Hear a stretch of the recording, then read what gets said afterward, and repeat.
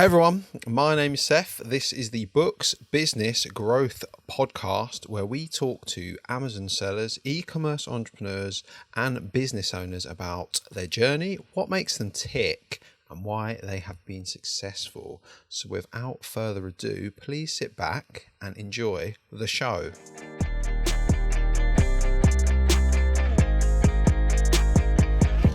Well, hey, welcome to the podcast, viewers and listeners. I'm here with Eamonn Mccaffrey, if I am pronouncing that correctly. I hope so. How are you doing? I'm doing very well, sir. What about yourself? I'm not doing too badly, thank you very much. And I thought we might as well just jump straight in with, if you could introduce yourself, what you do, how you got into Amazon, and we can kind of roll from there. Yeah, sure. So, as I said, my name's Eamonn Mccaffrey. I am an Amazon seller based in Northern Ireland. I've been going on Amazon on and off, thanks to a couple of suspensions, from August 2017. I'd say the first 18 months of 2 years, it was a side hustle question, does this actually make me money? And then I was like, nope, this does make me money, and if I'm going to do it, I'm actually going to do this properly and go at it hard. Started out like a lot of people, RA out of Tesco's and Asda, whatever in the clearance section, always sort of trying to chase the herd and being late to the party because I wasn't prepping quick enough. Never great money, going, how do people make money at this? A couple of suspensions in, I was like, right, I've got to stop buying stuff off Gumtree that the guy swears is definitely genuine and go into Wholesale because all the paperwork's there, and have never looked back. I still do a good bit, about 30% away. I will do RA for seasonal items at Christmas. But apart from that, I am Wholesale. I had a dozen pallets land this week already. So I am at the point now where I'm wanting to try and extend my warehouse and my local staff, so that I can get to the point where I have a warehouse manager who deals with all that and I can just stick to doing the computer work, which is a real mental struggle for me because I'm about one of the rare people on earth that loves to prep. I would much rather be sitting prepping nappies into a box than to be sitting answering emails, but I spent the entire day emailing local government officials, getting set up with supplier accounts for them because it's a massive opportunity. But it's not something that I care about, but it's something that needs to be done, and it's something that you can't really articulate clearly to a VA. So that's a wee bit about where I am now. Hope that summed me up well. No, that's great. There's lots that I want to touch on there. Sure. Firstly, a dozen pallets that's a lot of pallets. I want to dig into that a little bit more before. I went out and I put 2 pallets onto one in about 5 minutes there this afternoon, and they were still able to load into one pallet bay for me. So it was technically, you could argue it was only 11, but it came on 11 pallets, yeah. I went to Spring Fair. Enough. Yeah, well, it's over 10 anyway. So when you're in double digits in a single week, yeah. I'm still, one delivery didn't arrive on Monday, and I'm sitting holding my breath because there should have been a delivery here this week of another 3 or 4, and it hasn't landed yet. And I was planning to take a day off tomorrow and go to Belfast and be Lloyd for a coffee. And it's at the back of my mind going, I'm going to be halfway down the road and I'm going to get a phone call. Well, I'm here with 4 pallets, where do you want them? Which for me isn't that big a deal because my next door neighbour is my brother and the neighbour next to that is my parents. And just make one phone call and somebody lands over, jumps in the forklift and unloads it. So it's nice that way. Nice. Okay, so I don't know very much about your process, and I don't know that much about Wholesale, so I thought maybe it'd be cool if you kind of run down what a regular day is for you, because you say you like prepping, you're also doing sales as well. It sounds like you're doing a lot. It'd be cool if you could tell us like what your regular day is and maybe like how you juggle it all about, if you have any like tips and tricks, stuff like that. I'd have to come completely clean and argue that not as much time management, but getting a routine is something that I struggle with. Like, I didn't go to bed last night about 3:30, 4:45. So I took a bit of a lie in this morning, didn't get up till about 10. My UPS lorry was here early this morning. They lifted 2 pallets and away. I then came into the house and I have my diary, and if it's not in my diary, it doesn't happen. So today my task was I had to do a presentation for another company. I had emails to send to local governments. I uploaded a couple of tutorial and coaching videos for the iGen website. I then contacted 3 different wholesale suppliers about accounts. And I had a guy who's developing software wanted me to read over a technical document, so I read it and give feedback. From there, I stopped and had a wee bit of lunch, and then I went out to the shed, moved the pallets out of the road. I bought myself a dehumidifier just to keep everything in the shed nice and dry. And rather than just buying one, I bought 4 and accidentally sold all 4, even though I meant to keep one for myself. So I had a guy coming tonight to lift 2, so I wanted to make sure they were working, so checked them over, moved the pallets about, and then today as well I was doing a wee bit of work on my camper van, so I was changing a part out in it, did that. On a more sort of traditional day, it would be up in the morning. Morning time is your high value work, so checking emails, making out a list of things if suppliers want to check, orders you want to check over, so my VAs, I don't do any of my sourcing myself. I open an account with a supplier, I flick down through it, be like, right, we've sold this, and this before. There are core items, find out more. My VAs will source the items, pull together an order. If it's a new account, or if we haven't ordered them before, I will check the items. Other than that, the VA also does the wholesale ordering as well. And then on the back of it, there's always usually admin that I'm sort of tidying up on. I do then, if the sheds run 2 or 3 days a week at this stage, I'll maybe nip out about 2 or 3 and spend the last 2 hours prepping in the shed and just sort of tidying up and seeing what way things are going in there. But yeah, then it's usually back in and checking more stock emails on the computer that night. Pretty much it. Nice. Well, you say you don't do the sales, but you are contacting the suppliers to try and open accounts. So that is sales, no? I don't do the sourcing, so if I get a stock list through of 1,000 items, I'm not going, right, we're buying this, this, and this. For some of it I am. I'm trying to step away from that because it's not efficient, and I'm trying to scale it out. Like, I had an order going last week, 2,850 quid of an order. The VA emailed it to me, goes, hey, do you want to check over this? And I'm like, no, I trust you. And I didn't even open the email, I just said, no, hit go. And she ordered the whole thing from start to finish. It'll come to the warehouse, it'll get prepped. I'll probably not touch any of that stock myself, and it'll be out the door to Amazon. But that is the ideal process, but it's not 100% at that stage yet, because there is still orders that I do check, there is still times I'm doing prep, and I want to fully remove myself from those things. Like, I had a guy messaged me yesterday, and he was complaining that his VA had sent him 3 leads to an item being sold on Amazon, really fast seller, really big branded consumable item, and he's like, yeah, but you can't get an account with them. And just out of pettiness and spite, I spent an hour yesterday afternoon and opened up an account with them, and it is really good numbers. And just, I picked a couple of basins that were popular, sent them to one of my VAs this evening, and was like, here's a couple of ones that I found, build out another order behind that. And they were like, but they're out of stock on their website. And I'm like, that's okay, I'm speaking to the regional manager, he can get me any of them ones you want, just tell me what to buy. And it's just, I've got the guy's mobile number on the phone and his email. I'll ping him through an email, lift the phone and be like, hey, I've sent that through to me, sort me out. And he's like, yeah, no bother. And they have a policy of they don't like dealing with Amazon sellers, but he's a local guy and he's like, Eamonn, whatever you do, it's your business. So that's what I like. I like the building relationships with suppliers and that sort of side of things. It's just, it's fun. So would you say that's one of the key skills that you've got that's maybe separated yourself out from other wannabe wholesalers, that you're very good at? Essentially sales, but also relationship building rapport, wholesale, things like that. Is relationships. It is 100% about relationships. It doesn't matter if you know what are the items to buy and you can sort of tell what's going to be the next hot thing and know where to get it from. One of my biggest suppliers is an account that supplies Bargain Max and Smith. They're a toy supplier, and that's who they supply.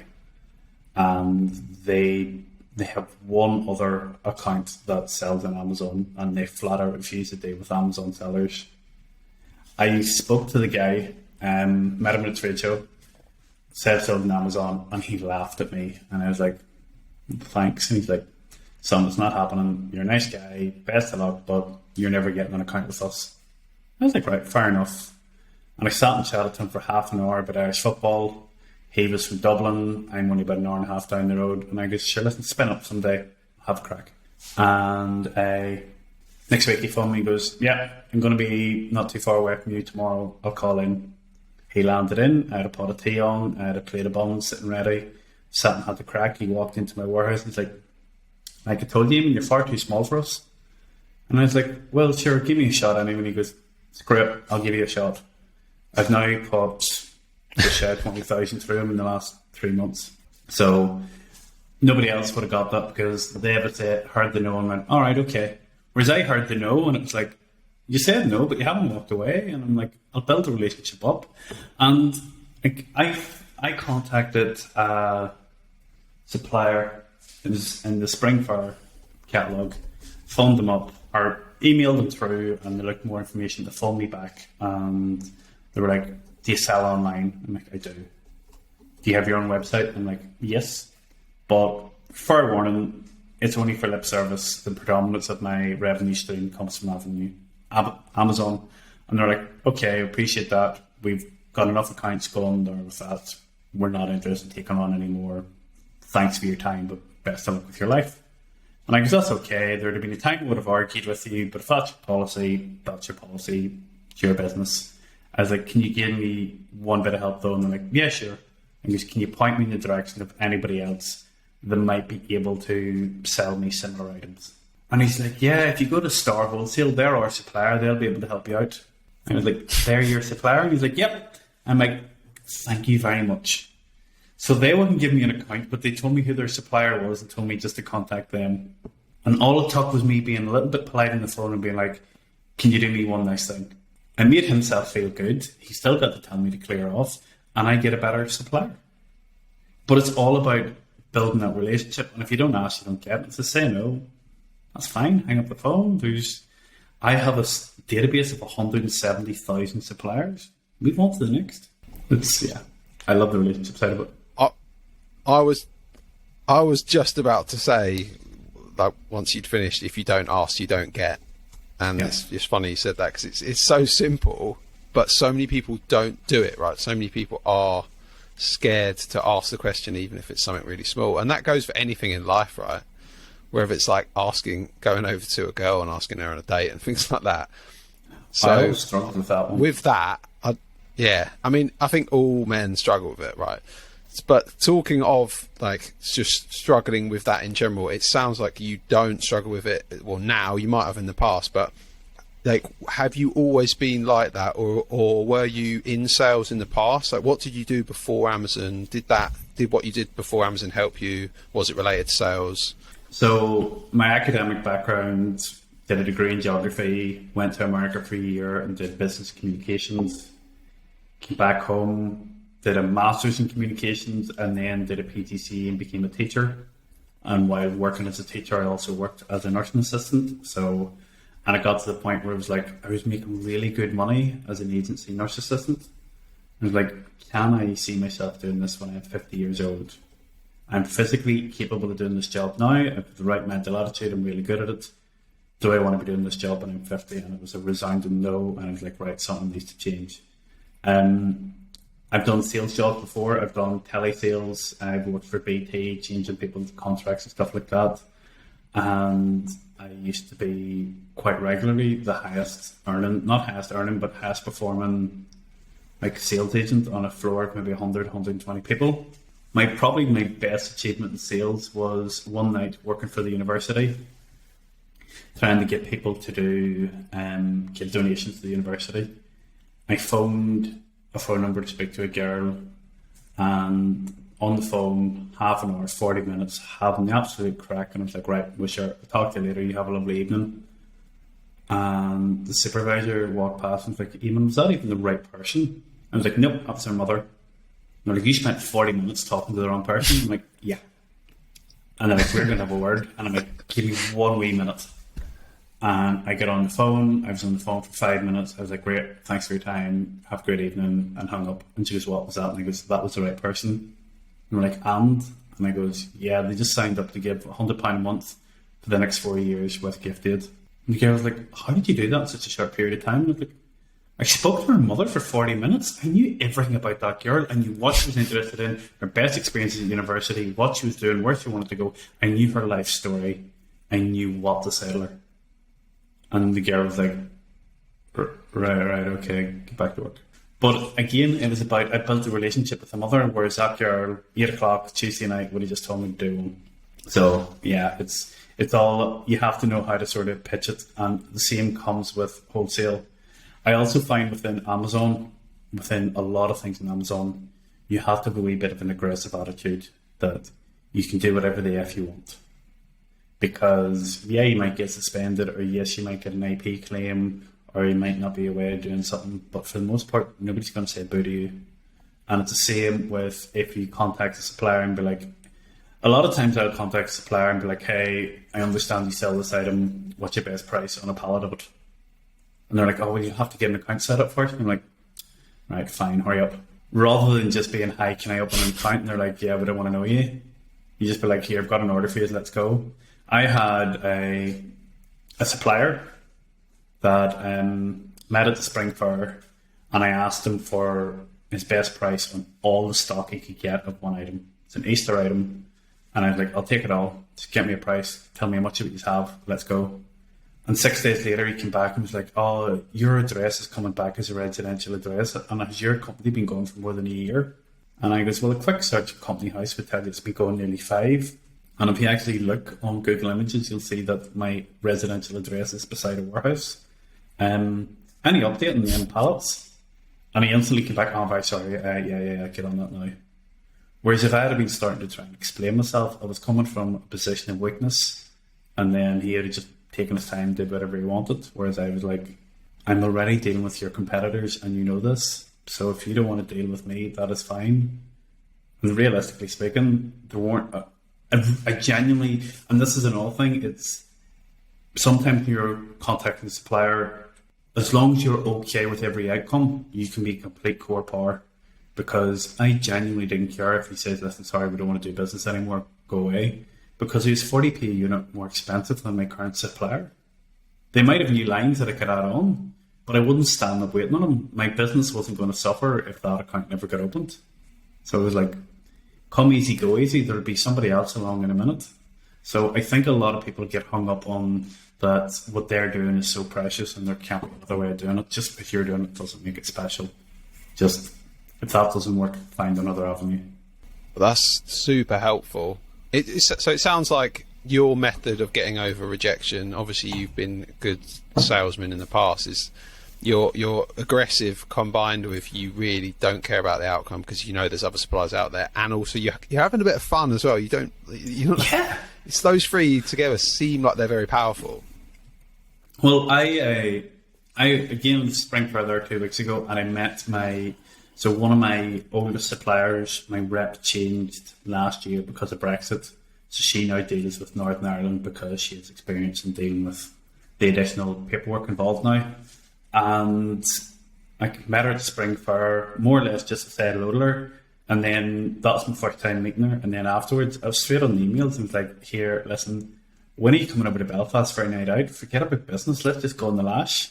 And yeah, it should be a great crack to go out with. And I mean it.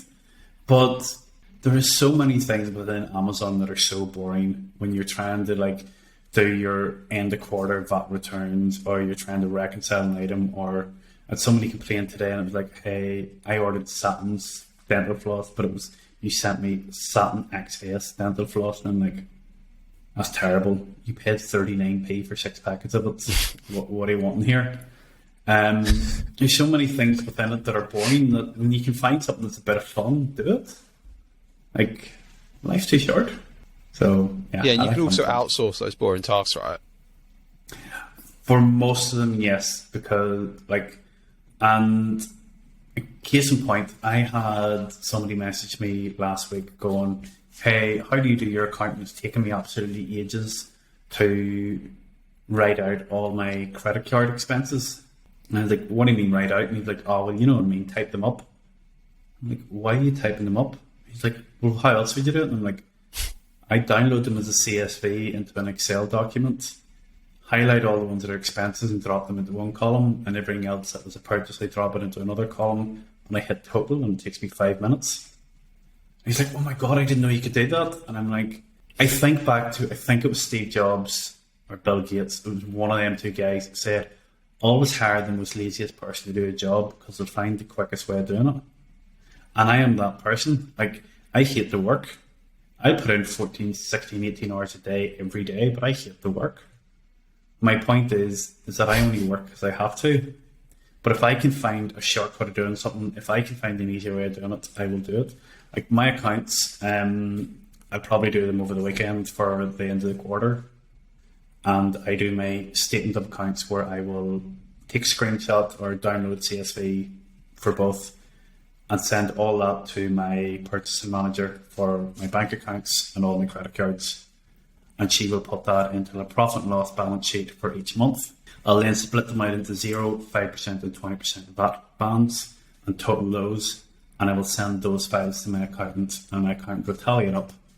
Usually we're only out by maybe £100 either way on what the VAT return will be for the month.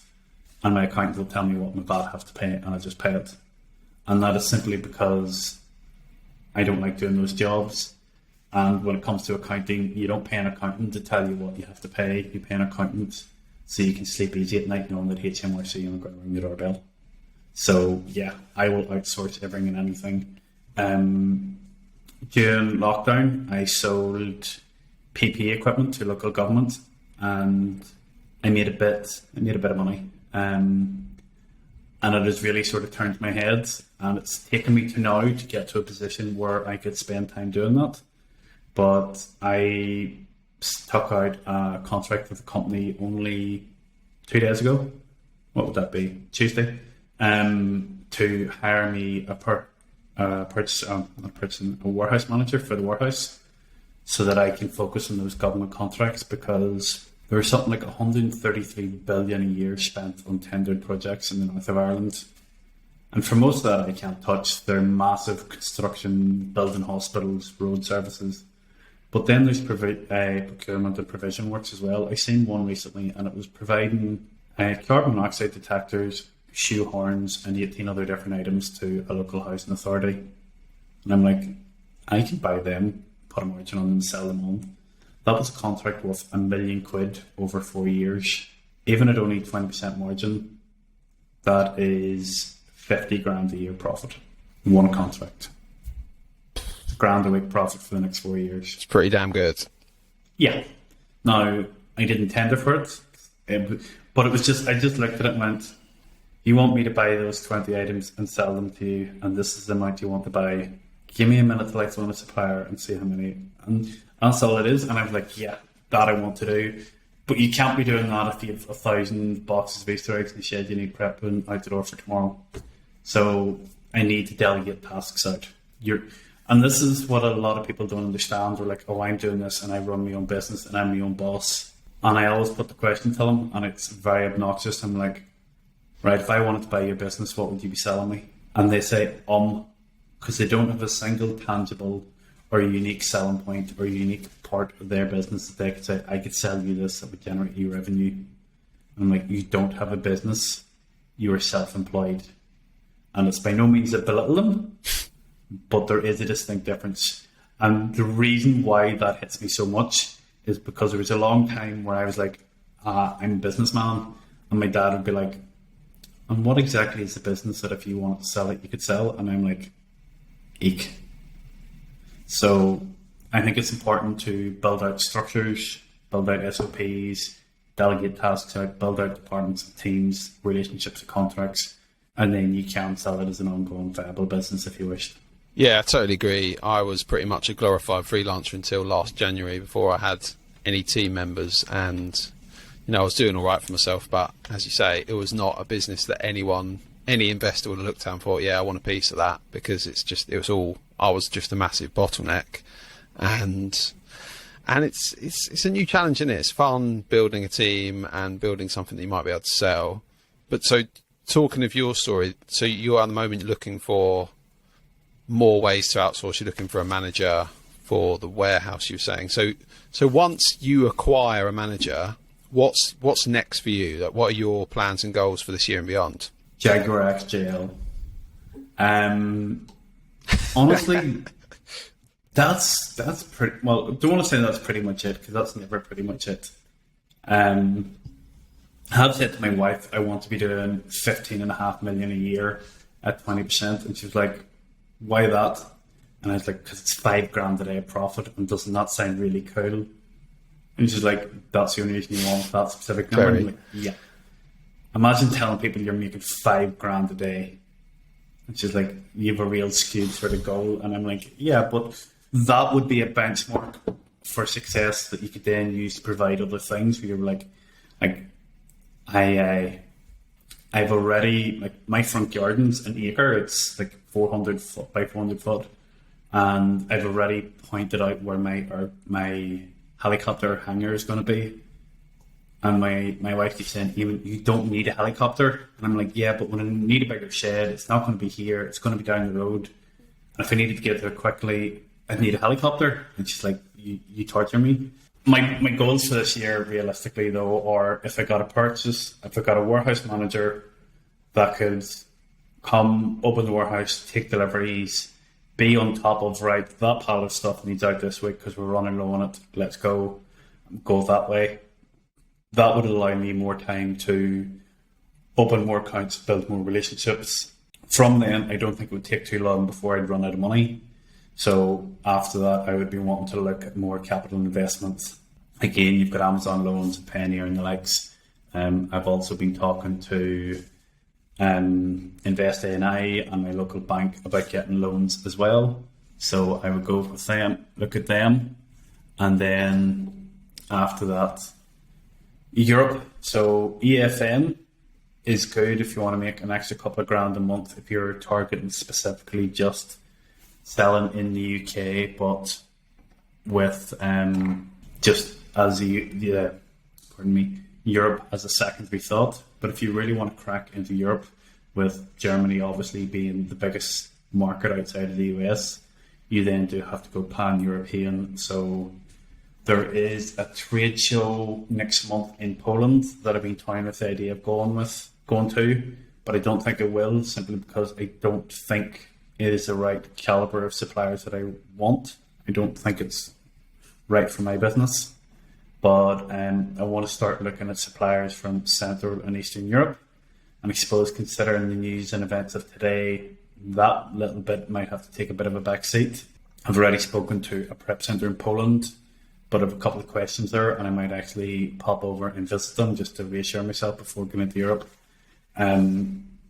I do have a US account already set up, and I've toyed with the notion several times of going into the US, but realistically speaking, if I wanted to start moving into the US, I would have to just start again, because my team are very much, we're a team of 6, and half of them do wholesale, half of them do away.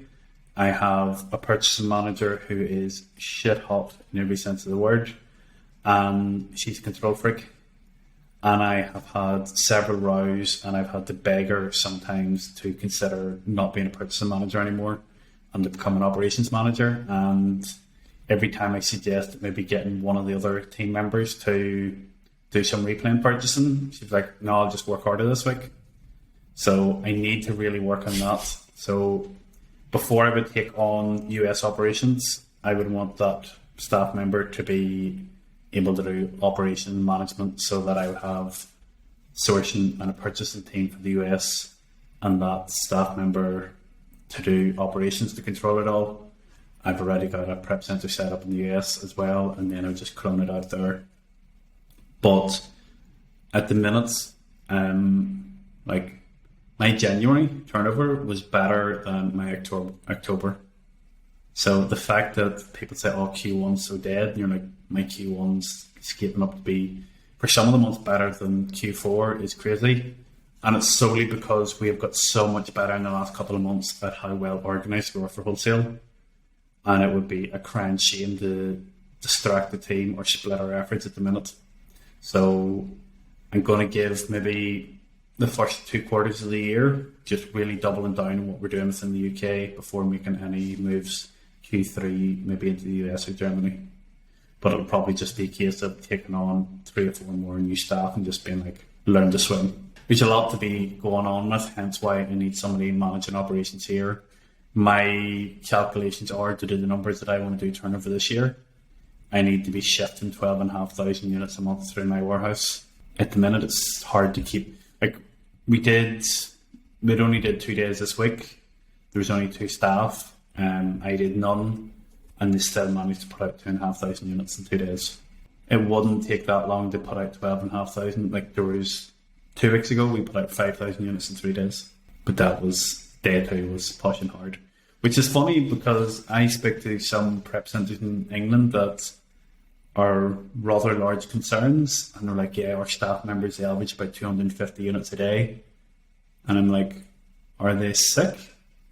And one's like, yeah, but one's my parent and they're in their early 50s now. And I'm like, my dad's 75, and if he can't get 500 units out in a day, he's annoyed with himself. So, yeah, I want to focus on a few things there. That is a lot to take in, but sounds really good. It's nice to hear what you're saying as well. It's nice to hear though, because you've kind of got your sight set on big things, but you also do really big things as you are. You don't want to. I don't know if you're the same as me, but I've spoken about in another podcast where shiny object syndrome can really get many entrepreneurs, and that's something that I feel like I've been quite good at currently, not being like taken to. And it sounds like you're pretty good at it. You realise there's still a massive opportunity for you. There's no point in expanding out unless your time is freed up to do that, right? Well, I've already surpassed my profits. My profits for February have already surpassed the profits for January, and like I set out the goal of doing that last year, and somewhere in the middle of the year it fell to the wayside. Simply because I was putting in too big of orders, storage capacity hit in July, and it massively crippled me, ruined my cash flow, and it really took me till about October before I was finding my feet again. And then I was always really hesitant about putting it in, like putting in more stock. Whereas this year I'm really much more focused on systems and consistency. Like, I know people are sitting there and they're looking going, wow, 12,500 units, or maybe you're sitting going, maybe that's cute, you shipped 12,500 units this morning. But it is more impressive if somebody tells me they're putting out 100 units a day than somebody says, I put out 1,000 units yesterday. Because if you can consistently put them out, you're going to have better metrics on Amazon, you're going to have better turnover, better cash flow, and it's just slow and steady wins the race. So many times people say, oh, start Amazon, but you're not making any money at it. I'm like, but you are, but it's not a get rich quick scheme. This is not a Ponzi scheme. This is not, oh, if you'd have bought crypto 9 years ago on a Tuesday morning, you'd be a millionaire now, and you're like, what a coulda, shoulda. This is a viable business model, but like any business, it takes consistency and hard work. And like, I work with Luke, and Luke is big fan of the 4-hour work week. I'm like, yeah, 4-hour work week, bullshit. And it's not if you outsource everything. It can be done. Like, I know people that do it. I know Thomas Parkinson does loads of stuff, and he doesn't spend loads of time on his Amazon business. But it doesn't mean that they work 4 hours a week and don't do anything else. It means they do 4 hours a week on that one goal or revenue stream, and then spend another 96 hours doing something else, which are complementary. Like, I had a guy message me this morning and was like, hey, I'll swap you this for this. And I've been going, so you want to swap 2 hours of my time for the equivalent of a month's wages of a VA? I'm like, dude. And it's because I'm in the business, I'm in the sector, and in the industry, that I get opportunities handed to me. Like, and it's about being able to identify those opportunities. And I spoke about this, I put up a post there this week, and it's not even that not everyone gets the same opportunities. Not everybody's life is created equal. It's the society and the world we live in. But everybody gets handed opportunities that are unique to them. And it's about being able to recognise and knowing what action to take. And knowing that there will be opportunities that you miss that you know about, and there'll be opportunities you miss that you will never know about. And it's being okay with that. Because like I made a really good deal of money during COVID, but it was also small fish in comparison to what some other companies made. But it kitted out my warehouse, bought me a van, it insulated my entire house. Like I made enough money in 2 days to insulate my entire house. But that was a one-hit wonder. It will never happen again because it was a unique setup.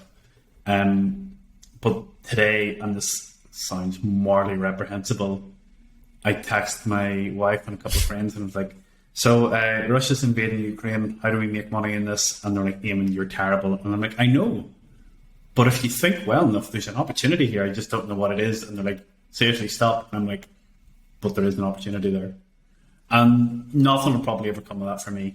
But like I was supplying loads of different equipment last year. Maybe one of the local accounts would be like, hey, we're going to take precautions. Can you get me these gloves or this thing? And I'd be like, give me an hour. And that's the way it works. Like, see the opportunities, but sometimes you have to go hunting for them a bit. Firstly, I love that quote, 4-hour work week is bullshit. I kind of agree and I disagree in the sense that I think you can do it. No, I think it's great because you are going against the grain of the whole entrepreneur dream. And I do kind of agree and disagree in the sense that I think you can do it. Like we said, Thomas Parkinson's done it, Luke's doing it, but as you say, they are also working their butts off in other areas. They're not just sipping Mai Tais on a Thai beach somewhere, right? No. But and like, for example, for me today, like there's all I've got it down to only working a couple of hours a day if I have to, but sometimes you've got to put fires out and it takes out hours of your day, right? Like your cards get declined and all kinds of things just hit the fan, and there's nothing you can do. So yeah, either way, it's a nice goal to have the 4-hour work week, as long as you know that you're going to have to put in a lot of work before and probably after, and it's not just suddenly signed off like you're only going to be working 4 hours, right? Well, but anyway, I think with the 4-hour work week, it's a very, like, people talk about their turnover and people talk about their profit and different things and their ROI, and I'm like, any number on its own is a complete waste of time unless it's put in context. And again, with the 4-hour work week, I think it attracts, like as I said, I am the most laziest person I know. If I could lie in bed all day and food would disappear beside me and my bills are all paid and I could get out and get into a Ferrari, I'd never do a day's work in my life. But my dad's not a millionaire and I haven't won the lottery, so I get up and I work every day and I build a business. And I think within the 4-hour work week, it attracts people, and I am going to say the word deluded, to think, right, I'm going to quit my 40-hour week job, I'm going to do 4 hours a week doing this, and every one of my dreams and aspirations is going to come through by the end of the month. And that is simply not the case. I have friends that do drugs, and I have sat and worked out their finances with them and be like, lad, you should sell on Amazon, you'd be making more money. You might have to put in a few more hours, but you wouldn't have to risk going to jail for 7 years per possession of an ounce of coke. Like, there is good money to be made in Amazon, but you do have to put in the money the time, money, and effort. And I think people are very much under the impression of, we'll do this for 4 hours, we'll source for 4 hours, and everything will get taken care of. And that only works once you have a team in place, a system in place, and you're moving sizable money. Like, if you want to be earning 10 grand a month, taking it out of the business, you would need to be, let me think, keep the business running over, you'd have to be making 20 grand a month profit. At 20% margin, you would have to be doing at least 100, 120k a month turnover to be able to pull 10 out for yourself. And that's assuming that everything is selling in a 30-day window, which doesn't happen. That's not accounting for returns, damages, Amazon losses, price drops, or loss of buy box. So people start with a small amount of money and they have unrealistic expectations of what the returns are going to be. Like, I've had people message me going, hey, I'm going to start this. Do you reckon 50 quid would be enough to start? And my honest answer to the person that messaged me that was, I spent 50 quid in sellotape this morning. It's not going to cut it. And it's hard because they're the people that I really want to help the most, because they're sitting with bugger all squared really to do anything with, but they want to make something of yourselves. And then you people with 10 grand in the bank, but that seems too much like effort. I'm just going to put it into match bet, and you're like, whatever floats your boat, but like, you're missing a brilliant opportunity. So it all depends what you want to do.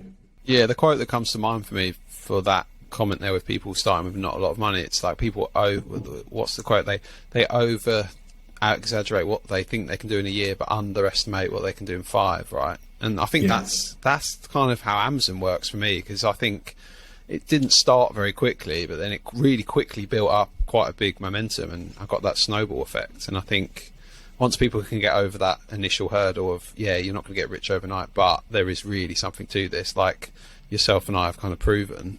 But it's quite hard to see past that initial. I think a lot of it comes down to mindset, and I'm always the one to scoff at people when they talk about mindset and manifestation, visualization. I'm like, nonsense, just go and do it. But I can remember I started up in August, and by the end of Q4 I had done 20-something thousand in turnover, and I thought I was the king. I thought Jeff is going to be phoning me any minute going, here, Eamonn, do you want a job? I had done 20,000 turnover in 4 months, and I was just the lad.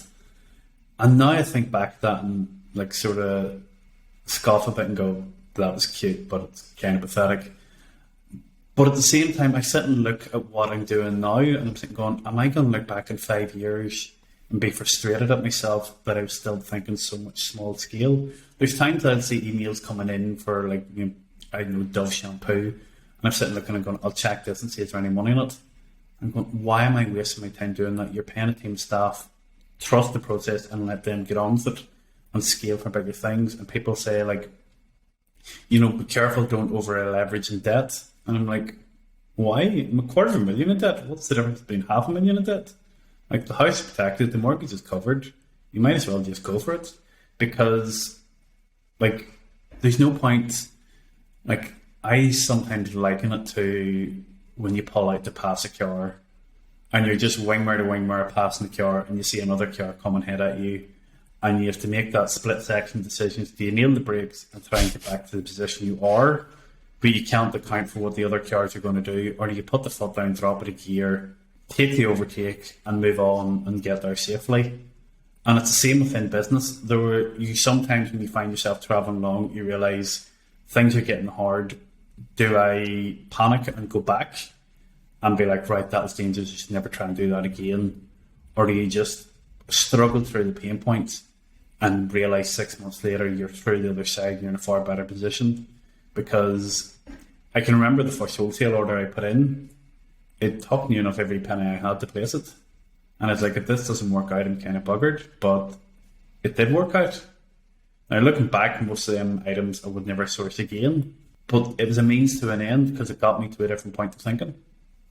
So I think it comes down a lot to the mindset of thinking bigger than you actually are.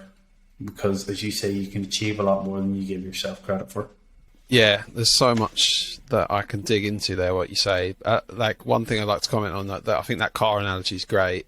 But the only good, like the better thing about the analogy is that with Amazon, you can proverbially hit the car, but you won't die, right? Like you'll fail, you'll learn something, and then you will be able to pick yourself back up. Like, even if that wholesale order hadn't have worked that well for you, I'm sure you would have sold a few units and learned something from it, and then been able to move on to something maybe more profitable from there.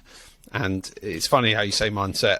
You can go too far with mindset, but it is huge. You can't deny it, because if you think you can do it, you can, and if you don't think you can do it, you won't, kind of thing. Yeah, well, I heard a quote a while back, and I had to think about it a couple of times to think that I really agree with it or not. And it's like, there's no such thing as failure, only feedback. And I'm like, well, I could put a lot of examples where that's just not true, but for the most part, it is a good mindset to have, where like, sometimes people will try and it doesn't work and they give up, and I'm like, try again. Like, that didn't work. Like, just keep going. If that doesn't work, go another direction. It goes back to the whole thing of being aggressive. Like, I get asked quite a lot about, what's the best and worst about being your own boss. And, like, for me, it's a great ego boost saying, like, I've run my own business, because I always sort of class myself as the lower person within my peer group. Every one of my friends is either a barrister or a doctor, and some of the doctors are now like registered consultants, and they're the pinnacle of their speciality field and work in really big hospitals. And I was the lowly teacher. And it's so funny because one of the friends that I don't really chat as much anymore, he owns his own GP practice in the middle of London, and he was sitting talking about, the money he makes. And he doesn't really know anything about what I do on Amazon. He knows, like, I buy and sell a few things online.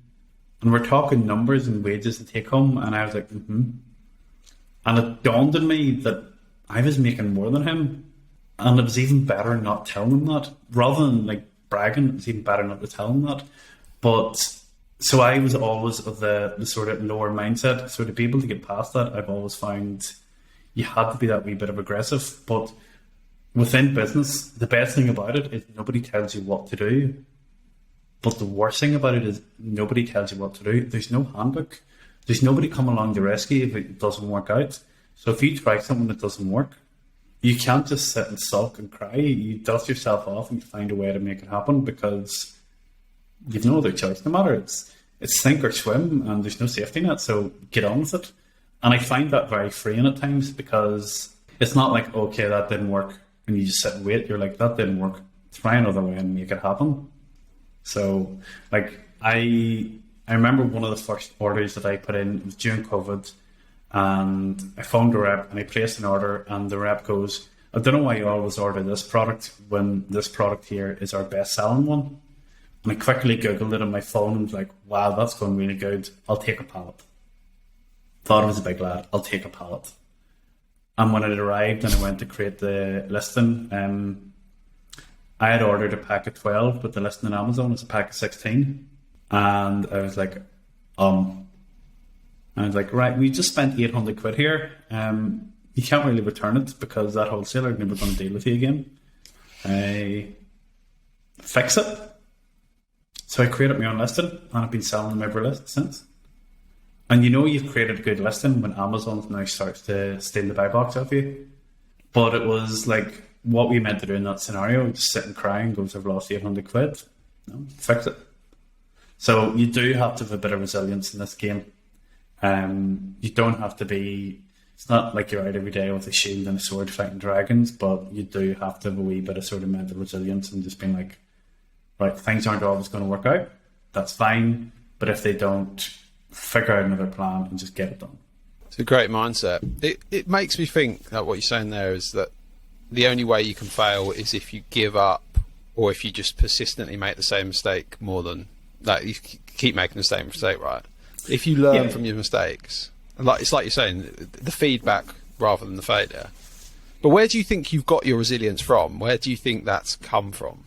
Ooh, that's a really good question. Where did I get it from? Well, I'm the youngest of 5, so I have 3 older brothers that quite regularly use me as a punching bag, and they used to be, I'm very good at taking a punch. Did I get it from there? I don't know. I got bullied from school, a kid.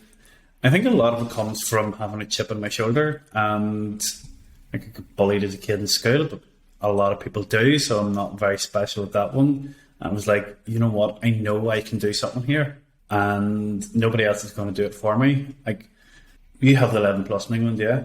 It's not just Northern Ireland thing. 11 plus. Yeah, but I think it's only certain schools do it. Yeah, it is. Yeah, so, it's like only a grammar school thing or something like that. Yeah. So, like, all my older siblings, well, all my brothers went to the local grammar school, and I was the youngest one. And I remember my father sitting me down one day, and the only way you could get into that grammar school was either passing 11 plus or becoming a boarding student, and your parents paying £4,000 or £5,000 a year to go to look for fees. And I remember my father sitting me down one night, and he goes, you know what, Eamonn, You have a roof over your head, you've food on the table, and you've clothes on your back. You've nothing in life to worry about, only passing 11 plus. Every other one of your siblings went to that school, so they're all capable of doing it. You have to go to the school too, and there's no backup because we can't afford the fees. And that's a bit of pressure to put on the 10-year-old kid. Like, it's like, there's good lineage here, don't screw it up. And I didn't, but it sort of got me in the thing of saying that, there's no backup here, and if you're going to make this work, it's down to you. And it's something that's always sort of stuck to me. And if you really want to get into what makes me resilient, when I was 15, I blew myself up and nearly killed myself, and it cost me an eye. And from that, I have always felt cheated because my GCSE results weren't wonderful because I lost that much time at school. And I'm always being of the mindset that I screwed myself over. There's no one else that you could remotely put the blame on. It was solely my fault. And I owe myself a better standard of life because of that. And it's something that I've always really been aware of, that I nearly killed myself. I put myself at a massive disadvantage to my peers, and I owe it to myself to make something in my life, and that's what drives me every day. So there is a very deep and honest answer from me. No, thank you for sharing. That's powerful. Yeah. I guess pain and regret is a very, very powerful why and motivator, isn't it?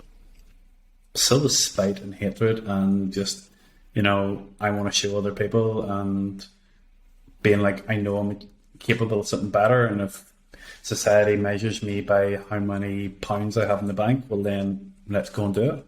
So, yeah. Well, it's also nice that you were able to speak to your doctor friend and not just brag about the fact that, I'm actually making way more money than you. It's nice to have the humility.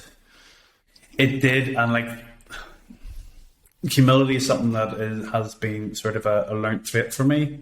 It's not really a local trait around here, but I find that the more I talk to bigger sellers, the quieter they are. My first supplier is Ballymena Direction, absolutely great guy. I met him 2 weeks ago there and was chatting about him, and he'll do 2, 3, 4 million this year, and he'd be like, yeah, we're doing okay.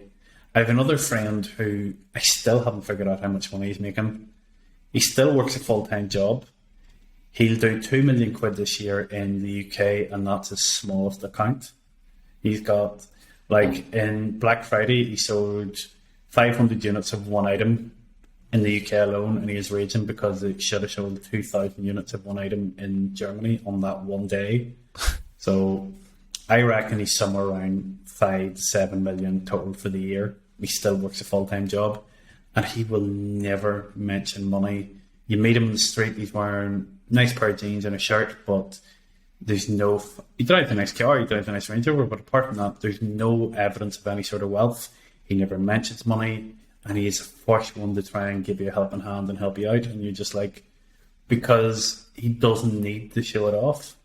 Where you have people that are doing 20k a month turnover on Amazon, and that have you believe that they've got their own private jet, and you're like, it's all for the show, it's all for the gram, and there's no need for that. So as my wife sent me into the shop the other day to get a few things, and I lifted 6 items, and it came to £17, and I was like, that looks pretty expensive for what I lifted.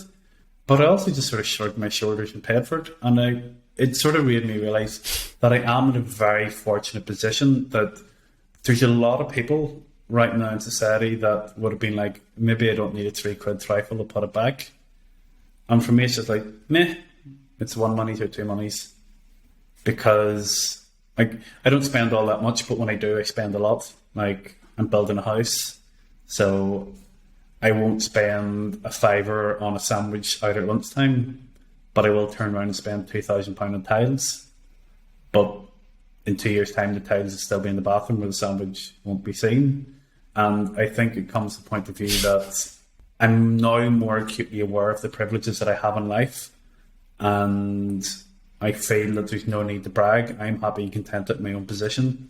So there's no need to brag and show off. And somebody called me out in this last year on Facebook because we're talking about numbers, and I was chatting about turnover. I hadn't actually said what I'd done, and they were like, "Oh, you're always bragging about how much money you're making." I'm like, I distinctly make a point of never showing that on Facebook because A, it comes across as crass and obnoxious, and B, for some people, some will see it as an inspiration, some people see it as disheartening. And we launched the Wholesale course a couple of months back, and as part of that, Lloyd was like, "Right, Eamonn, to prove that this works, people are going to want to see behind the curtain. They're going to want to see your turnover." And I really struggled with the notion of like opening up Seller Toolkit and showing people the money I was making, because you'll have people going, "Is that all?" And you'll have all people going, "Wow, that's incredible." But what does it matter? What does it matter if I made £5 today or 5,000? As long as the business overall is making money, and as long as I'm happy with the position and the rewards that I'm getting for the effort I'm putting in. Like the 4-hour work week, if you're only making £400 a week on Amazon and you're working 4 hours, that's £100 a week or £100 an hour. But if you're making £5,000, but you're putting in maybe 200 hours is a bit crazy, 120 hours work, that's working out at what, £30 an hour? 35? It's not the same reward. It's what are you happy with getting, and as long as you're happy with it, what does it matter to anybody else? Yeah, I totally agree. Everyone's got different goals, haven't they? And it's interesting what you say about numbers. I totally agree. It's very divisive, isn't it? Some people see it as inspirational. Some people see it as showing off. I do sometimes show our numbers, but I'm kind of leaning towards not showing them as often now, just because, I think if you're giving out valuable info, you don't necessarily need to just show those screenshots, because your value should be in the words and the words you speak and write, kind of thing. But and also talking of like how much money you make, it's just about living below your means, right? Like, I don't spend very much money at all, so I'm kind of just doing this because it's fun. I want to build a bit of wealth so that I don't have to work necessarily when I'm 40. And if I can save as much now, and that's the goal. But that makes me want to ask you, you're saying like it'd be cool to be on that £5,000 profit a day, but you also said if you didn't have to work, you wouldn't. So do you think you'll get to 5,000 a day and then you'll be like, well, why not get to 10? Or do you think you'd be able to put your feet up and just chill out, read a book all day? No. I struggle sitting still. Like my dad's 75, he works for me, and I'm getting to the point now where it's, when I bring on a warehouse manager, it'll be a case that my dad will have a job there if he wants it, but he's not needed, which will allow him to come and go as he wants. And I was thinking about this yesterday. When I get to that age, I will not, like, even if a couple 100 million in the bank, I will not be getting to the point where I'm like, yeah, I've made my money, let's just go and lie on a beach in the Bahamas. Like, I went, before I even started Amazon, I was single at the time. My sister and her family were going on holidays. My parents were going with them, and they had hired a villa somewhere in Portugal, and there was a spare room, and they're like, flights are going to cost you 200 quid, come to Portugal for a week and just chill out. And I was like, yeah, okay. Didn't have much money back then at all. I was like, great. First day I went to the shop, second day I went and we lay on the beach. After half an hour laying on the beach, I had to go and hire a paddleboard and just do it, because half an hour laying on the beach, I was cracking up. I can't sit still. So if I won 100 million on the lottery on Saturday night, the first thing I would do would be claim the money, make sure it was in the bank account, clear my mortgage, clear any of my relatives' mortgages, and I would buy myself, I wouldn't even buy a nice car, because I've said I'm not buying myself a nice car until I have round the front of my house all tarred. So I would do that, buy the nice car, and then I would just go ridiculously heavy on Amazon. I'd probably put 10 or 20 million into Amazon and just go ridiculously hard at it, put the rest into a bit of property and stuff. But I wouldn't just be sitting and going, right, I'm going to take a month holidays, because I'd struggle with it. And even if I did, I'd be spending that time on holidays on my phone, talking to my purchasing manager. I'd be sitting looking, going, well, there's somebody talking about selling a private label company. I'll buy that too and see, can I make that into a viable business for me? I know, it's just fun. So I couldn't just walk away from it. I would always be doing something that would just be on a different scale, or would take bigger risks because it's a bigger safety net. But I can't ever see him getting to the point where I'm sitting watching Countdown, sitting in the sitting room watching TV. That's not me. Yeah, I'm the same. I can't sit on the beach for any longer than half an hour. When I went to Mexico last year, people were just wondering, like, why aren't you coming to the beach party? I was like, because I'm going to go work. And they're like, you're a loser. No, I just enjoy working, you know. That's just the way it is. But let's change tack. We've talked a lot about Amazon. You also kind of co-own and do like a course and Facebook content for the iGen Entrepreneur Facebook group. Do you want to talk a little bit about how you got into that and like what you do with it and how like the plans for that going forward? Yeah, well, that was a very natural progression. I like to troll on Facebook simply because I see so much content out there that's either utter nonsense or completely misinformation. And I'm very good at getting right to the point of it and going, but what about this wee bit? And then they're like, yeah, please go away because you're making things difficult for us. But at the same time, I probably go above and beyond at helping people too much to the fact that I try and make myself out to be a hero at all times, which isn't good either. And when Luke Filer was starting to sell on Amazon, he had asked a couple of questions in groups and I'd answered them, and then he sent me a direct message to ask for more help. And it was a summer's evening, and I was doing something outside. And I sent him back a message. Didn't know from Adam, and I was like, "Listen, I don't have time to talk to you. Here's my phone number. Phone me. I can't be sitting typing away here. Stick the earphones in. I'll talk to you." And had a chat with him, and he asked me a couple of things about what way to do this, that, and the other. Helped him out, and every so often he'd have a problem, he'd phone me and I'd talk him through it. So Luke's an incredibly switched on individual. He's 24 only last week, and it blows my mind what he's achieved in the last 3 years. It's ridiculous. Like, I think the worst piece of advice I ever gave him was he said he was going to drop out of university, and I was like, don't finish the year out and then you'll always have the degree. And he's like, I'm never going to need it. And it's pathetic, but I didn't have enough faith in him then to be like, yeah, you're right. And it was his best decision. Like, he was doing a degree in accounting, like, you know, he's not a thick individual. So I was helping him do that there. He doing his own Amazon stuff. And then he started saying that he was going to do bits of coaching. And I was like, I don't have time because I didn't have the systems in place at the time myself. I wasn't doing enough. So it started going okay for him, and I was giving him feedback on that. And then last November, so that would be November 20, he was like, hey, I'm struggling to do all the sales and coaching calls here. Can you give me a bit of help? And I'm like, it's Q4. When do you think I've got free time? So I said I would come on with him and help him out. And then from that, it has grown to I was doing sales, and he had to stop me doing sales because people would come on a call and be like, hey, I'm going to buy your course because I have these problems. And I would just tell them how to fix all the problems on the phone, and then be like, thanks, no, I don't need your course. And Luke was like, you please stop doing that. So Luke was like, how about this, Eamonn? How about I stop you screwing up all the sales and I make you head of coaching? So now I do all the coaching. And then mid last year, he was like, hey, you're building a house, you're getting married this year, you've loads of free time in your hands. How about you write out a course on Wholesale? Because, you know, we've got a course on online arbitrage, and that progression is Wholesale. Have at it. So I wrote and developed the Wholesale course. So that's my baby. And we've launched it there about a month ago now, and it's going fantastically well. It was in sort of beta testing up until this day week, actually, a week ago, and it's now fully relaunched. I absolutely love it. I was on a coaching call the other night, and in a way, a client was like, hey, what's the deal with the Wholesale? And 10 minutes later, they were like, all right, yeah, cool, stop talking. Just because there's so much scope within Wholesale. Like, when 2 years ago, I was selling toys, Disney toys, everybody and their dog was doing it.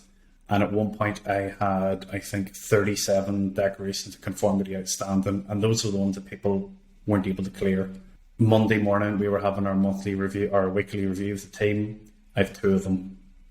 simply because now if we buy something and there's a paperwork issue, you ping an email to a rep and be like, hey, we got this off you, we need the paperwork. And it's not always guaranteed they'll get it, but for the most part, they'll just ping you back all the paperwork, send it to Amazon, and that's that issue solved. It's just so much more scalable. Like, I am 22 grand deep in Easter eggs right now already. You're not getting that running around Tesco's, no matter how big your brand is, no matter how hard you hustle, you're going to really struggle to lift that many out of Tesco's. It's just so much more scalable. I had a VA place 2,800 quid of an order last Friday for a wholesale. I never looked at it. I didn't source it. I won't be prepping it. It'll just come and go and I'll not touch it.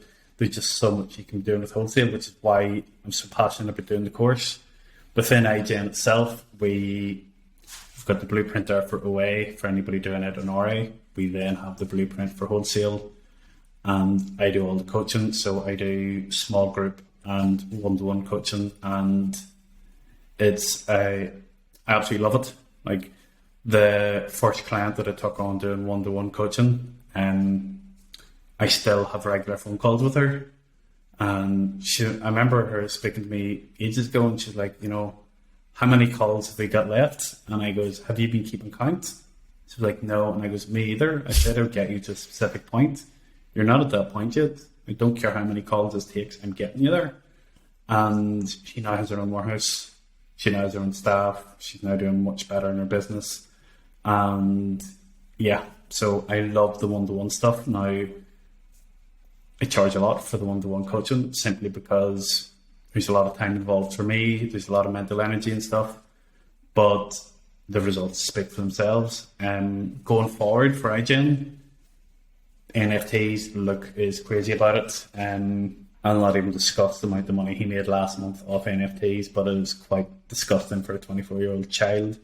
But that is where a lot of our futures are going to lie. We are bringing out VA services for VAs that will source and identify NFT opportunities.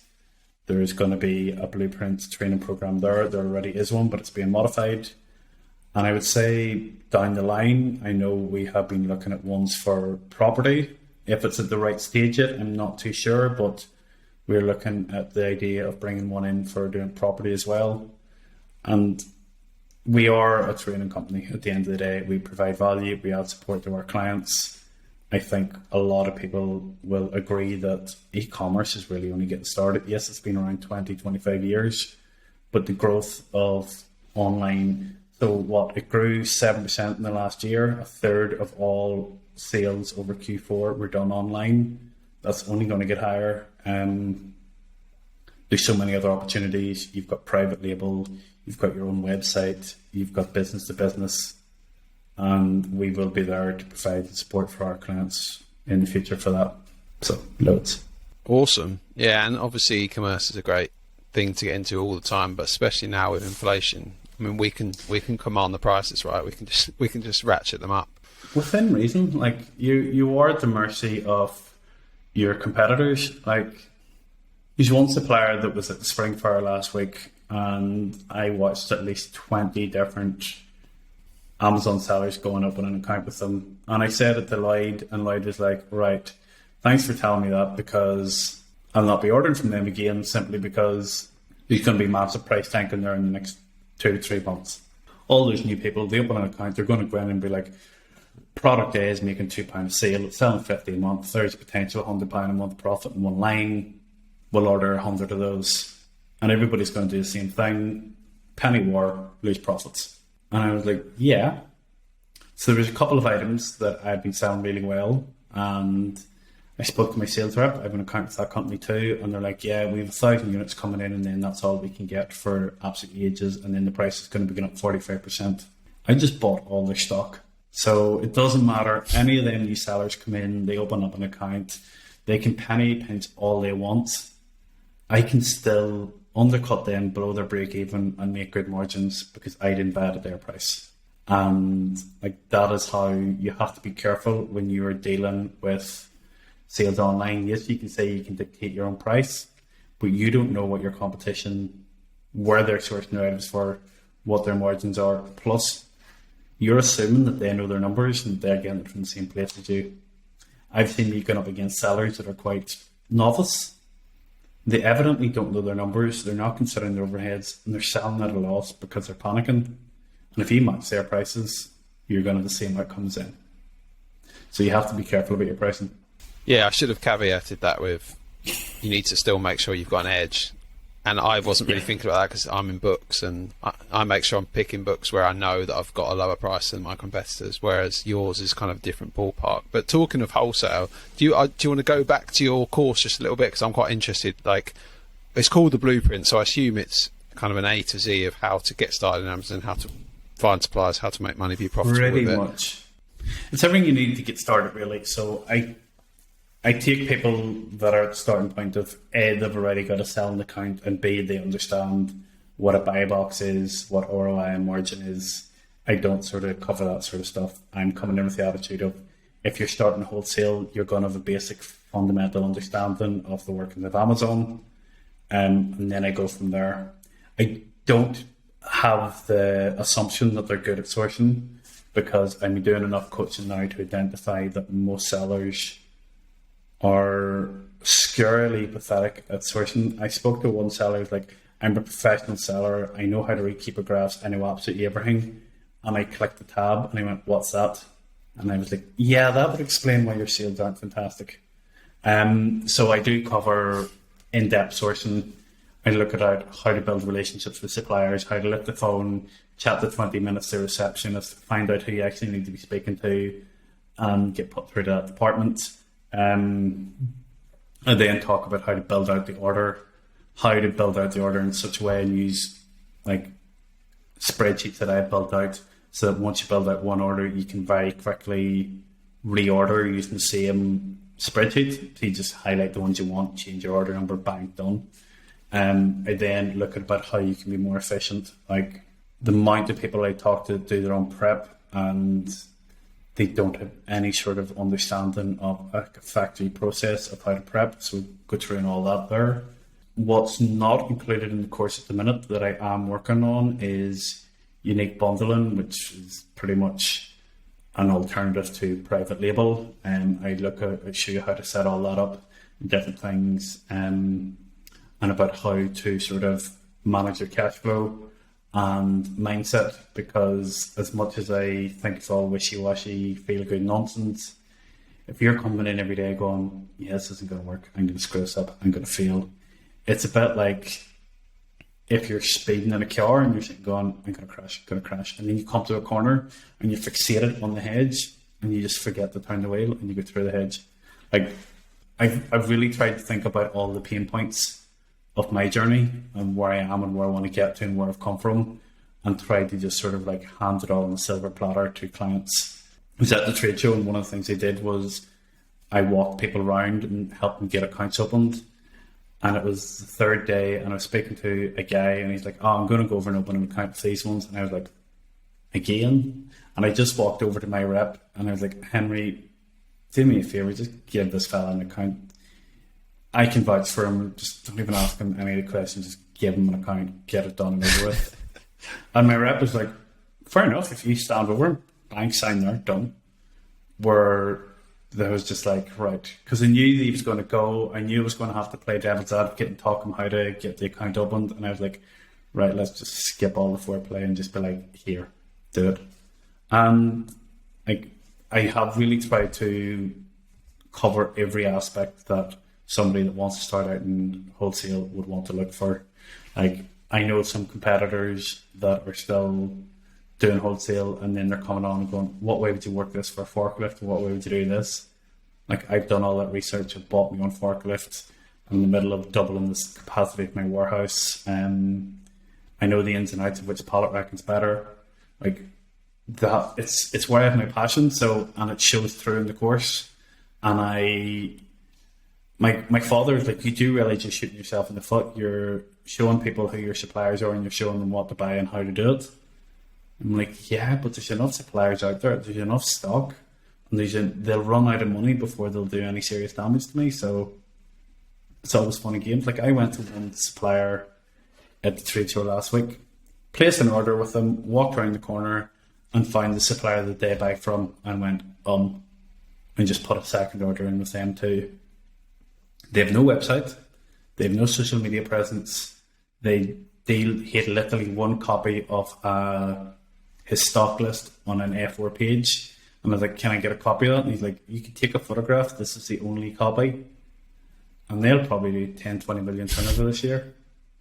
And that is where the money is. The bigger the trade stall, the less the margins, because they're big overheads. Where the one wee guy in the corner wearing a cardigan and a pencil behind his ear is the boy you want to be buying from. So there's so much to learn that I love playing about with it and teaching people. So yeah, I think my course is fantastic. Of course I'm going to say that, but so far anybody that has signed up for it has noticed a massive growth in their turnover and profits.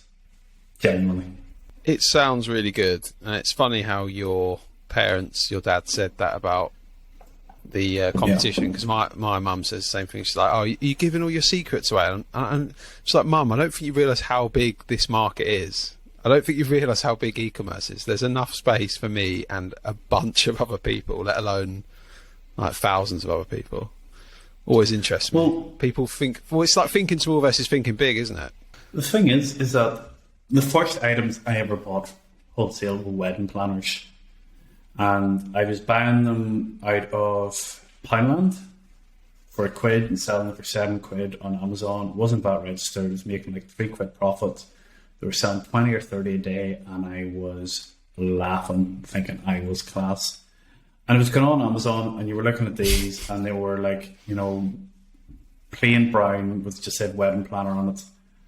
And they looked like bugger all, and you were sitting looking at these lovely, like bright coloured gold gilded ones with lovely lace, and I was like, I want to be selling them. They look like something that a bride would be really passionate about having. They're lovely. And contacted the company, and they were like, hey, you have to speak to our rep in Northern Ireland. He deals with it all. Phoned them up, got an account opened. First order came through, placed a second order, and actually drove down and collected it myself for the day out. And I spoke to the guy and was like, why would you sell me these? You're selling them on Amazon as well. I found your account. And he's like, yeah, I created the list and you're selling them there. And he's like, but there's no harm in you buying them from me and selling them. He says, I buy them at a better discount because I'm a distributor for that company. He says, even if you sell at a break even, I'm still making money, and then you're just going to stop selling. He's like, either way, I'm making money off this, and I'm still benefiting, and you're still benefiting, and both of us get business, which means down the line we will do more business together. And I was completely like, it changed my mindset a bit that, because when I first started out, I always thought, keep your cards close to your chest. Don't tell anybody your account name. Don't tell anybody anything what you're doing. They're all the enemy. They're out to get you. The world doesn't give a shit about you. It doesn't really exist. Company House is a great website for finding out everything you'd want to know about a company if you really wanted to know. I was speaking to somebody a while back, and they were being really cagey about this, that, and the other. And I was like, right, cool. I went on to Company House and found their company, and then I put in an alert. And last week they filed their taxes, and I came down close to sending them a message going, hey, I'm glad to hear your accountant finally filed your taxes today, just to let them know that I knew it had happened, because there's so much information available on the internet. I'm like, it doesn't really account for anything, because at the end of the day, if people want to find your storefront, if people want to copy the items off you, they're going to do it. It's no big odds.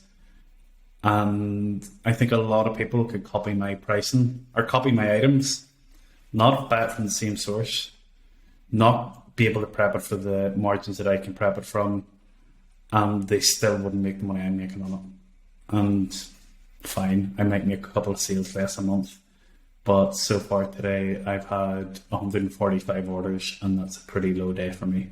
Yeah, they can see your storefront, and they can see your company's house taxes filed, but that's just the tip of the iceberg, isn't it?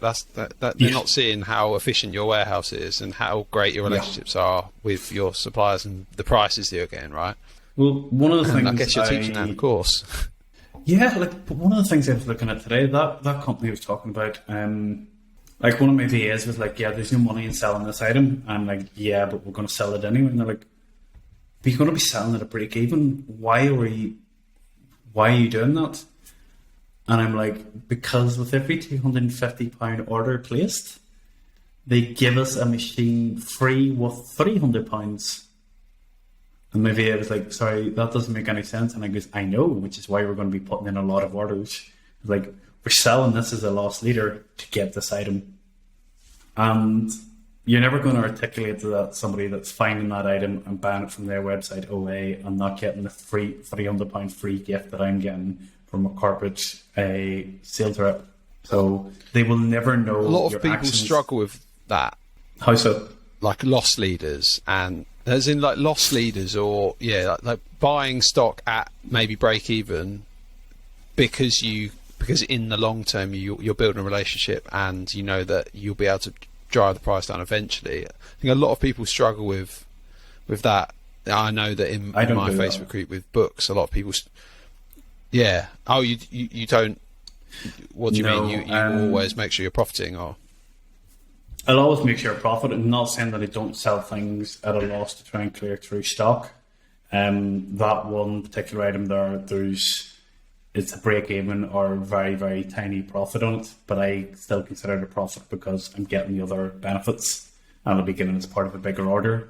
But no, like I remember being in a Facebook group and seeing a guy argue that you should be selling for the first 3 months on Amazon at a loss to build organic reviews and feedback.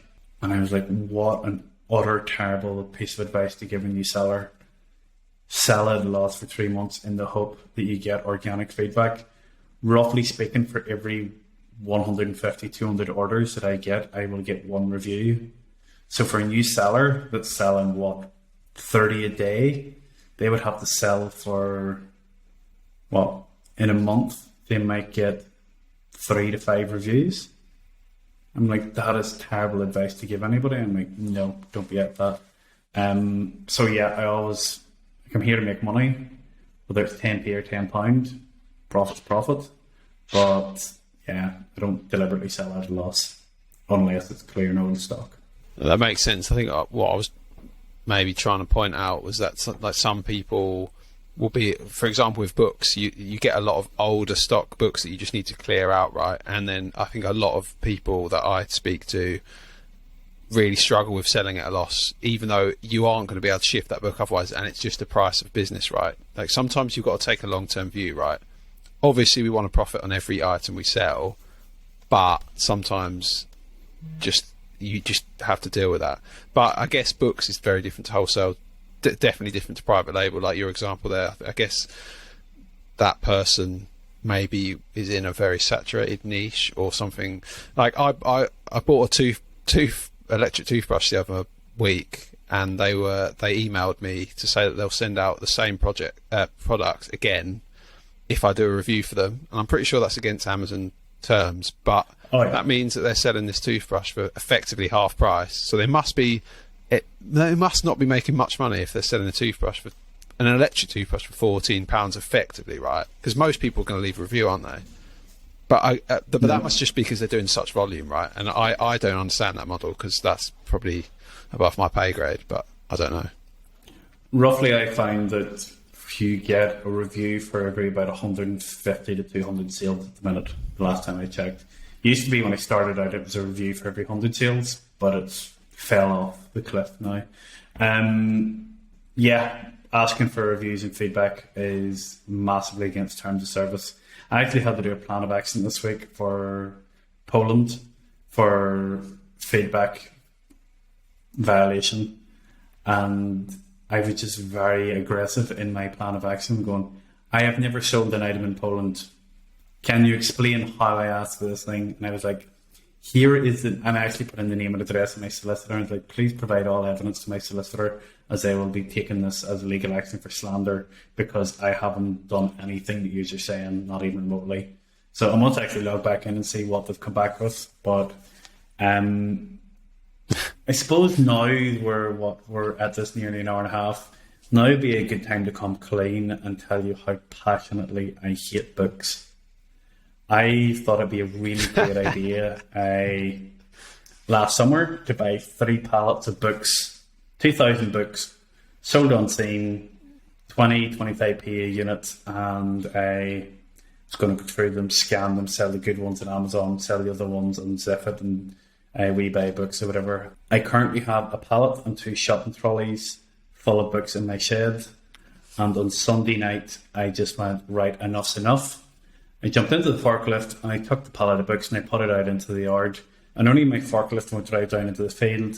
That pallet is going to be recarbonated very quickly because I am putting a match to it. I am that sick of looking at them books. I hate them. Love so it. much. That's why I cherry pick books. Never. That's why we cherry pick. Ever. Oh, without doubt, but I didn't have the choice of doing that. It was 3 pallets, take all. He sent me a couple of photographs. They looked okay. They'd obviously just put a couple of decent ones to the top of the pile. I took a punt on it. I'd say I'm down 500 quid. Do people make money at books? Absolutely. Is the top 10 sellers on Amazon all used media sellers? Yes. There's plenty of money in that. Will I ever sell another book again? Absolutely no. Never touching it. Yeah, there's a lot of pitfalls and a lot of time spent, took I'm a guessing, punt. with those books trying to shift them. Yeah. And they are taking up space, they're taking up mental energy, and they're annoying me looking at them because, like, my warehouse isn't the biggest. It's not there to store stock. Them books, they're ranked. Like, there's ones that are 70, 800,000 on Amazon. WeBuy Books are sitting going, yeah, no thanks, we're not even going to touch it. And I'm like, no. And there's not even ones you don't even think a charity shop would want them like, but yeah. We'll see. I think charity shop turn away a lot of books, but no, it's good to hear that not everything goes to plan, does it? As you say, you took a punt, didn't pay off, you moved on with something else. You're burning them. Yeah, it's fine. your books, do you buy them new and resell them, or do you buy them second hand? 100% second hand, because unless you've got a wholesaler invoice or like a publisher invoice for a book, you're not allowed to sell new technically. So if Amazon asks you for an invoice, they could shut down your account. So everything we do is second hand, and that's pretty much the same for everyone in my group, I think. I gotta ask the question though, and I'm sure it's probably different for you. So you're buying books second hand. You operate on the American platform, but you're currently in the UK. So how, like, without giving up your suppliers and stuff like that, what is the process from you purchasing a book to it getting into a fulfillment centre? So my team will scour eBay, Amazon and other book sites in the US, and we know what to look for and what books to source, and we'll just buy them and send them to a prep centre, and then the prep centre obviously send them into Amazon fulfillment centres. So it's pretty simple business model. It's just buy from one site and sell on Amazon. Classic OA, but just books. Yeah. So yeah. Does your prep centre shake them? Oh yeah. So they'll take them in, they'll grade them, make sure they're all in the right condition, make sure obviously that they're correct ISBN, and then they'll send them in, list them. You don't get what I'm driving at. So my local recycling depot has a contract for I'm not too sure which charity shop, but it is one of the big charity shops in the UK. And what they do is they will receive all the books into charity shops. They're put into special pallet cages, and then they're sent to a big fulfillment centre in England, which scans them automatically. That's how the likes of a Music Magnet and stuff like that can do such volume. They put them down a conveyor belt, they're all scanned, and then they're catalogued and put all computer automated into a warehouse. But the depot that I deal with, you go in and there's maybe 60 tons of books just stacked high in pallets. And the last day I was up, was chatting to the warehouse manager. I was like, I've got a couple of books I'm written rid of. He's like, throw them up. And he said the office girls will come out during their lunchtime and shake the books. I'm like, what do you mean? And he goes, they'll lift the book and they will just go like that. And he says they go out with about 30 or 40 quid a day from money that people have just stashed inside the books. So, like, I did find myself dumping books that somebody else had left in my shed there this week. And I found myself going through them going, come on, a couple of 20s, be nice. But yeah, I didn't get any. So you don't Yeah, tell your I mean, I principal haven't to do touched. No, well, I haven't touched any of my books, so maybe they do, maybe they don't. I don't know. But anyway, okay, so we're past an hour and a half now, so I want to be respectful of the time. I'll leave you to your evening, but I just want to leave you with one more question, if that's all right, which is, what would your kind of top 1, 2, or 3 bits of advice or tips for a newbie Amazon seller who's just got started or maybe looking to get started? Like what are the things that they need to be doing, or the skills they need to be successful? Learn Keepa.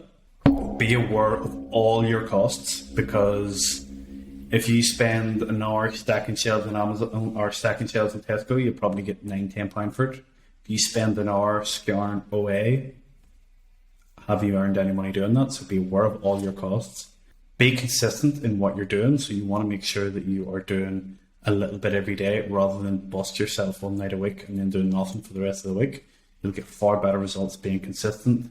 And the definition of being an expert is when you put 10,000 hours of work into something. So if you've watched 3 videos on YouTube and you can't figure out why you don't understand it all, it's because you don't know what you're doing. And I don't mean that in an ignorant or belittling kind of way. I simply mean that you need to be absorbing more knowledge and more information. If you walked into a doctor's surgery and they were like, hey, this kid's in a work experience, he watched 2 videos this morning and now he's going to be performing a procedure on you, would you be comfortable in that? And it's the same thing. If you want to be selling on Amazon, you want to consider it as a business and approach it with that mindset.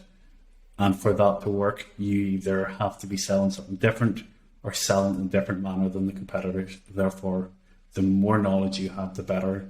I will watch tons of YouTube videos while I'm doing other work, and for the most part, you're sitting going, yeah, I know all that. Or they'll say something, you're like, I didn't think about it like that. I'll go and check something out. And it's somewhat different for me. People are coming to me for advice day and daily, and I have to know this stuff, and there's times when I have to go and research it. But it helps my business too. So if you want your business to be successful, you have to know what you're doing, do your research, and get started. Imperfect action is far better than perfect planning. Yeah. Love that. That is fantastic advice. Thank you very much. Where can people find you if they want to contact you about the Facebook group or the course and stuff like that? Well, I see here my name is at the bottom of this camera. I don't know if it's everybody saying that. If you look for me on Facebook, you'll find me. Apart from that, iGen is in just iGen, so IGEN Entrepreneur. There's a couple of different groups.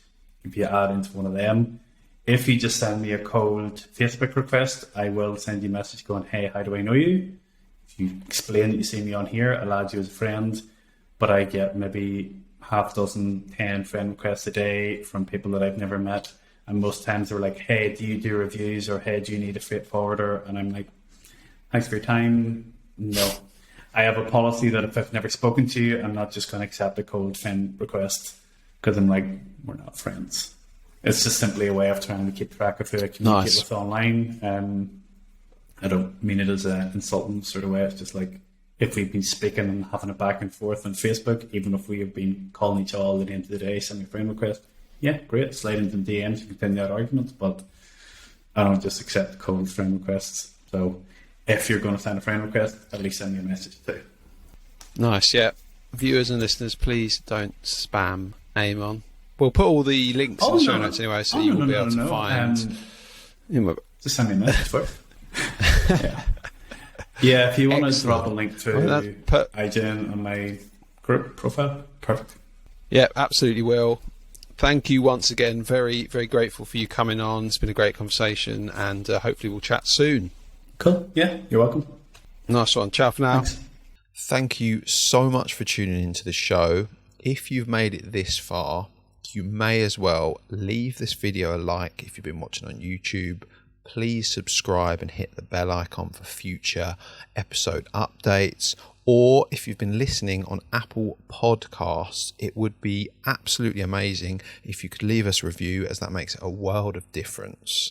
Thank you again, and I'll catch you in the next one. Ciao for now.